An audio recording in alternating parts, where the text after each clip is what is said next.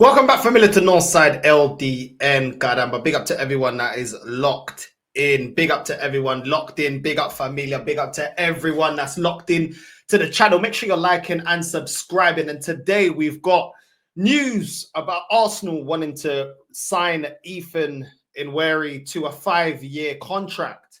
Now, it's been reported by EPL Index, and they're reporting that Arsenal are looking to offer Ethan a 5-year contract. It goes on to say Arsenal are acting decisively to secure the long-term future of teenage sensation Ethan Nwaneri, with a 5-year contract reportedly close, according to Mail Sport.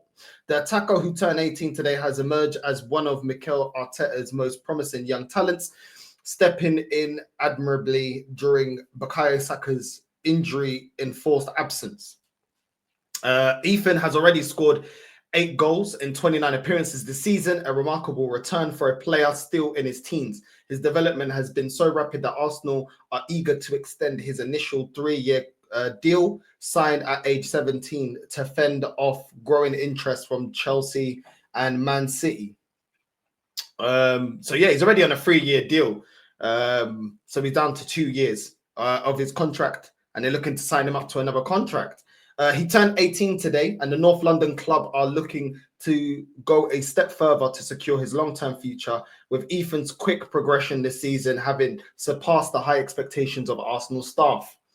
What else? It goes on to say Ethan became a household name in 2022 when he made his Premier League debut against Brentford at age 15 and 181 days, becoming the youngest player ever to appear in England's top flight. Since then, he has not only held his own, but grown into a key contributor for the first team. Currently on international duty with the England under-21s, his rise has impressed coaches at both club and country level. Arsenal's commitment to youth development is once again paying dividends. It goes on to say contract negotiations are high on the agenda at Arsenal right now, with Mail Sport reporting earlier this week that the club are set to open talks with Saka over a new deal. Centre-back William Saliba and Gabriel, whose contracts run until 2027, are also expected to attract attention from Europe's elite clubs. Keeping this talented core intact will be key for Arsenal if they are to maintain their recent upward trajectory. Now, okay, let's get straight into this. Ethan, 2 years left on his contract. We're looking to sign him down. Just turned 18. Very, very good player. Very good player. Somebody that's actually stepped up to the mark this season and has done really, really well with the opportunities. Obviously, he had his opportunities in the cups against Bolton and Preston North End, and was outshining the likes of Sterling and players like that, Martinelli, Trossard, and other players that were playing in the cups. But the reality is, for somebody like Ethan, he has to look around at how the club has dealt with a lot of youngsters at this club. ESR had a lot of promise, but wasn't given enough game time. You know, you look at players like Fabi Vieira.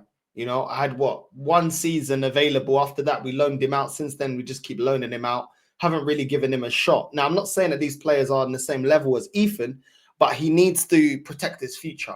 He needs to protect his future because even when Odegaard was injured this season, Ethan wasn't the first. He should have been the second choice number 10, but Arteta played Trossard in the 10. He played Moreno in the 10 over playing Ethan. That, to me, if I'm Ethan, if I'm his agent, I'll be saying that's a warning sign. You know, he should have been number 2 in terms of number 10. We should have really went out there and got a VIDS or got a Alex Baena or somebody else to actually back up Odegaard. But when you're the next number 10 and you got Moreno and Trossard playing, you know, over you when you're performing really well, I think that's a warning sign that, you know, maybe he should secure his future, but maybe not pen down 5 years. Maybe do a 3-year deal. You know what I mean? Maybe put in a release clause in case you do want to go. I think the fact that he wasn't, you know, the first choice, the second choice number 10, I think that was an eyebrow raiser for anyone that's representing Ethan. I also think the fact that he was performing in the cups and was only getting 10 minutes in the Premier League. He was coming on in the 80th minute every game, regardless of performance, and then coming off the bench and scoring goals and still only be given 10 minutes, 15 minutes, 10 minutes, 15 minutes, when he was more deserving of minutes than Martinelli this season, than Trossard. You know what I mean? Then players like that, you know, that have been up and down this season, like Declan Rice. There's loads of players that he's been more consistent than, or affected the team a lot better. You know, he was getting less minutes than Sterling. So I think with the fact that when he was performing and scoring goals and being effective off the bench and in the cups, I don't think he was being rewarded for more minutes in the Premier League. And I think that if I'm his agent, if I'm someone that's representing Ethan, that would be strike two. That would definitely be strike two. Because this season, Ethan 100% deserved more minutes. Only when we got to the point where we had Havertz and Saka out, did we start seeing Ethan being, involved more into the team. I think he deserved a lot more minutes. I think he was warranting a lot more minutes. His performances showed that he deserved a lot more minutes. I think the fact that he was always being brought on for 10 minutes to be the game changer with only 10 minutes to go, I think was a disgrace. So I think if I'm somebody, his agent should be looking at it saying, okay, cool, we'll sign a new deal, but we're not signing 5 years.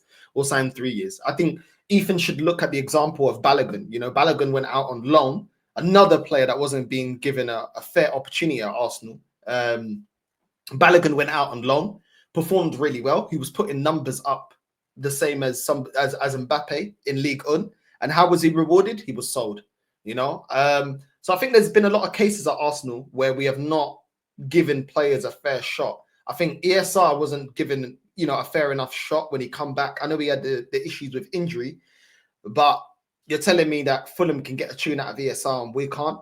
That's a little bit worrying.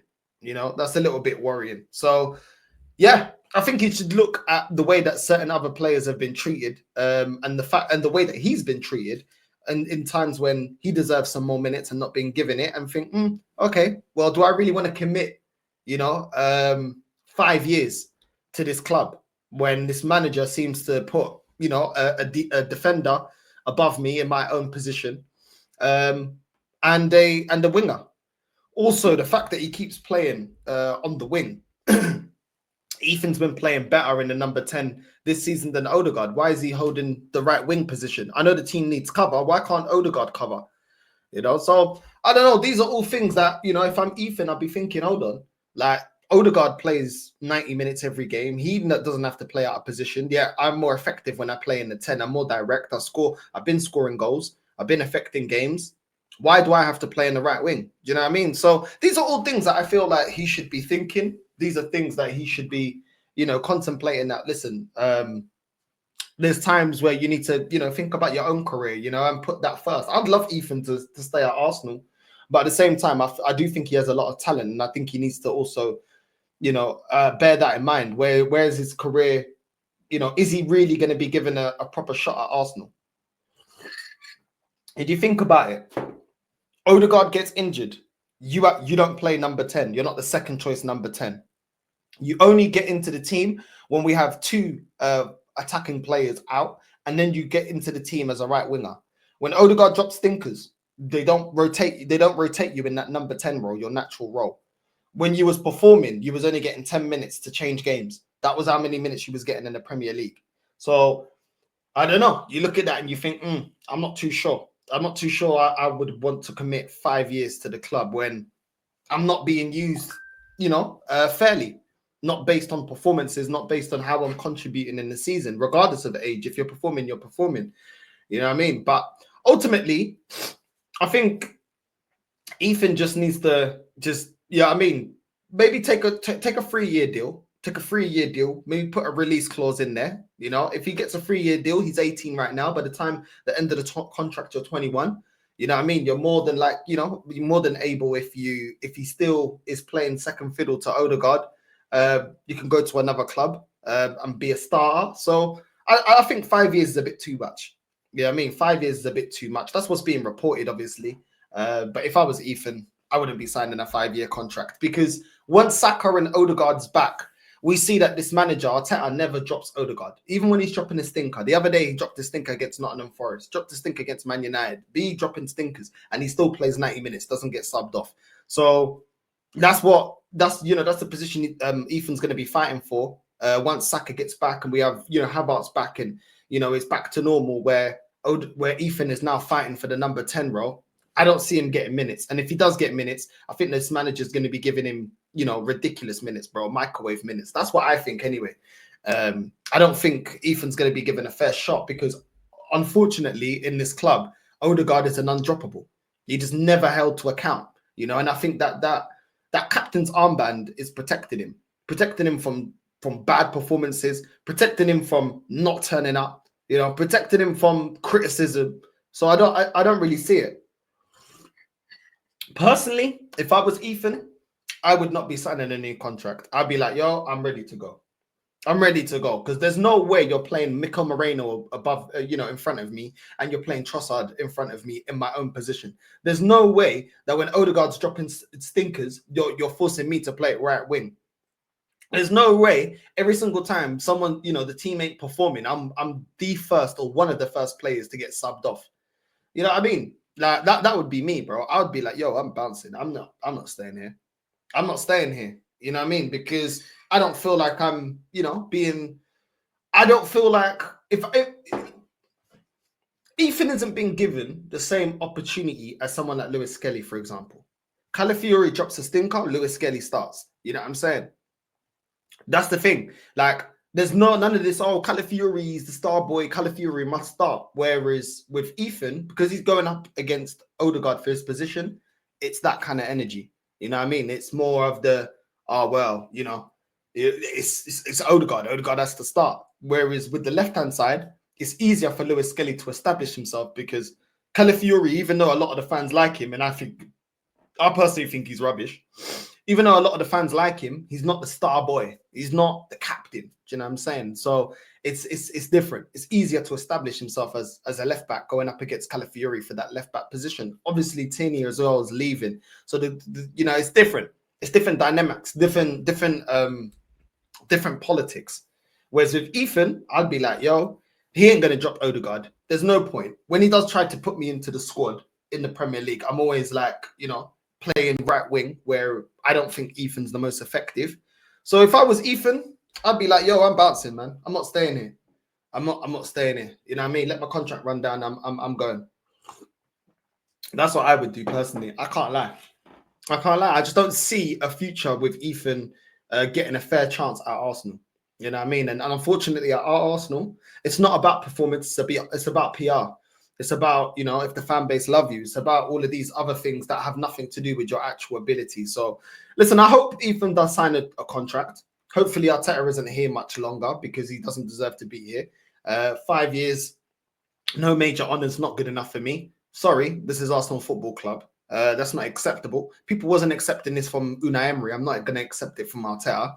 So, yeah, it's one of them ones, man. Ethan's, is a big talent. I think Arteta took so long as well to start adding him into games in the Premier League as well. We were calling for it when we saw his performances in the Cup, and I think Arteta was just holding him back.